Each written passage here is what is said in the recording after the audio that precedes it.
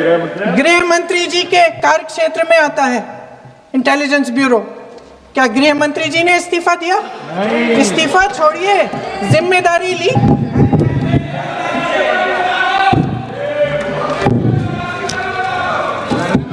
साहब देखिए, इतिहास की बात आप करिए, मैं वर्तमान की बात करना चाहती हूँ।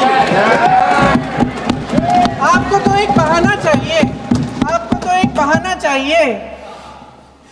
पूरे परिवार का नाम गिनवा देते हैं। अरे अपनी जिम्मेदारी खुद लीजिए। 11 सालों के लिए तो सत्ता में आप हैं। अभी नेहरू को छोड़ नहीं रहा।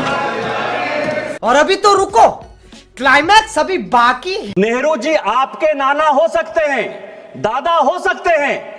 इस देश के वो पहले प्रधानमंत्री थे और उनके किए हुए कारनामे पर प्रश्न उठाने का मुझे पूरा अधिकार है।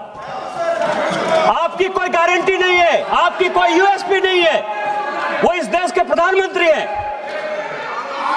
और यदि लम्हों ने खता की, सदियों ने सजा पाई, तो हम जो सजा पा रहे हैं उसके बारे में प्रश्न उठाने का मुझे पूरा अधिकार है।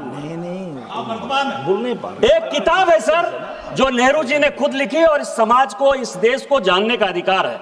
उन्होंने लिखा, उनकी किताब है glimpses of world history. Chair पे आना है 4 बजे।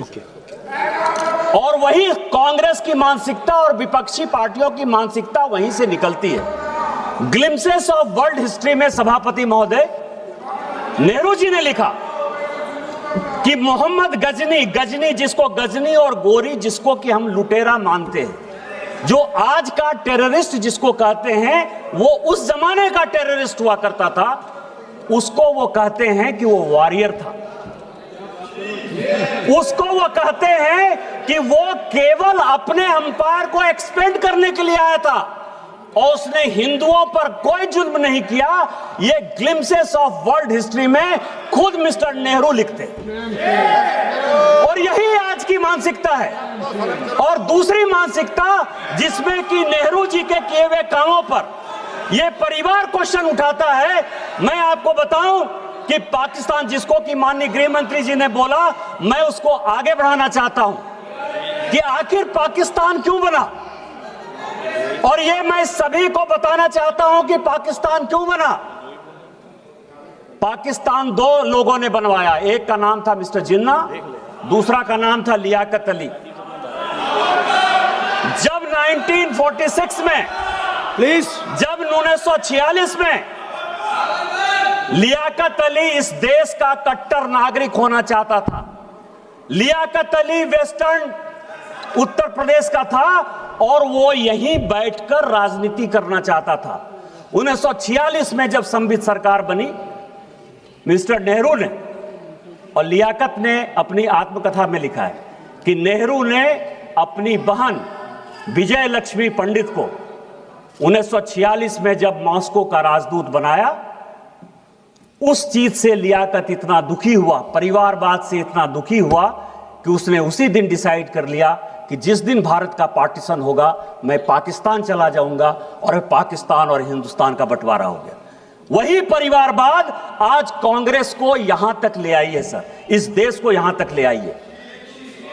अब मैं आपको बता रहा हूं कि हम लोग कश्मीर पर बात करते हैं, 370 पर बात करते हैं। प्लीज प्लीज प्लीज बैठिए, प्लीज बैठिए, प्लीज बी सीटेड, प्लीज। माननीय सदस्य बैठिए। मैं प्लीज सुनिए इनको। सर ये कांग्रेसियों की आदत है, ये मुझे बोलने नहीं देते। ज्यादा सुनना पड़ेगा फिर। मैं आपको बताऊं सर, अभी पूरा डेलीगेशन, हम लोग 7 डेलीगेशन गए, संजोग से मैं भी उस डेलीगेशन का पार्ट था। हमने ये कहा सभापति महोदय कि 370 जो है वो विशेष तौर पर ऐसी परिस्थिति में लगाया गया जिसके लिए वो हकदार नहीं था। इसकी कहानी समझिए सर कि आखिर 370 क्यों लगा और ये कश्मीर का प्रॉब्लम क्यों है जिसके कारण कि पूरे देश में लड़ाई है। जब 1942 में भारत छोड़ो आंदोलन हुआ, पूरे देश की जनता भारत छोड़ो आंदोलन कर रही थी। हम अंग्रेजों भारत छोड़ो का आंदोलन कर रहे थे कश्मीर एक ऐसा जगह था, कश्मीर एक ऐसा जगह था सभापति महोदय कि वहां शेख अब्दुल्ला साहब राजा कश्मीर छोड़ो का आंदोलन चला रहा था। ये ऐसा यदि करेंगे सर तो कभी भी कांग्रेस वाले नहीं बोल पाएंगे। ये जो रनिंग कमेंट्री है ना सर, ये जो वर्षा गायकवाड़ है, अब आप समझिए कि इसको इतना भी नहीं पता है कि लॉबी में कोई चलता है तो हंसी मजाक होता है, न्यूज बनाती है, इतना भी नहीं पता है। आप ये समझे सभापति महोदय, मैं आना चाहता हूं विषय पर कि जब शेख अब्दुल्ला का राजा भारत छोड़ो आंदोलन चल रहा था तो जिन्ना बहुत तेज थे। नाम ले सकते हैं आप, यहाँ बैठी हुई तो नाम लेने में क्या तकलीफ है? हाँ, बोलिए कोई। Mr. एक minute. Honorable member, please be seated first. Please be seated first. आप बैठिए पहले, आपको बैठने बोला है, बैठिए। Please be seated first, please be seated first. आप बार बार बैठे बैठे टिप्पणी कर रहे हैं मेंबर, बैठे बैठे आप टिप्पणी नहीं कर सकते, आपको अलाउ नहीं किया गया है। Please be seated, don't talk, please be seated, please be seated, don't talk please, please. सभापति महोदय,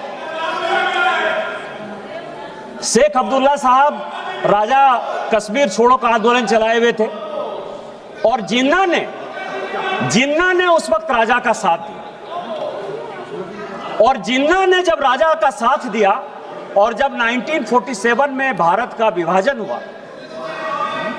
उस वक्त राजा को यह लगा कि नेहरू जो है मेरे खिलाफ, नेहरू मुझे किसी तरह से भारत के साथ नहीं रहने देना चाहता है और जिन्ना मेरा समर्थन करता है, लेकिन मैं जिन्ना के साथ नहीं जाऊंगा, नेहरू के ऊपर मुझे विश्वास नहीं है। इस कारण से उन्होंने 2-3 महीना अपने डिसीजन को कि भारत के साथ मिलना है कि नहीं मिलना है, उस तरह से उन्होंने डेफर किया। लेकिन जब उन्होंने फिर एग्रीमेंट साइन किया, वो वही एग्रीमेंट था सभापति महोदय जो 600 राज्यों ने अलग अलग इंस्ट्रूमेंट ऑफ एक्सेशन साइन किया। जब मणिपुर के साथ वही लागू हो गया, जब कच्छ के साथ वही लागू हो गया, जब उत्तर प्रदेश के साथ वही लागू हो गया, तो कश्मीर में कैसी ऐसी बात थी जो आपने उसको धारा 370 दे दिया? और यदि जिनको लगता है कि 2 नेशन थ्योरी के आधार पर वो साइन नहीं हुआ, तो जब सिक्किम 1975 में भारत में मिला, जब गोवा 1962 में भारत में मिला, तो उसको 370 आपने क्यों नहीं दे दिया? आज जो ये कश्मीर के हालात हैं, उस हालात के पीछे यदि नेहरू गांधी परिवार जिम्मेवार है तो हम जिम्मेवार नेहरू जी को ठहराएंगे या नहीं ठहराएंगे? इसमें प्रियंका गांधी और राहुल गांधी को परेशानी क्या?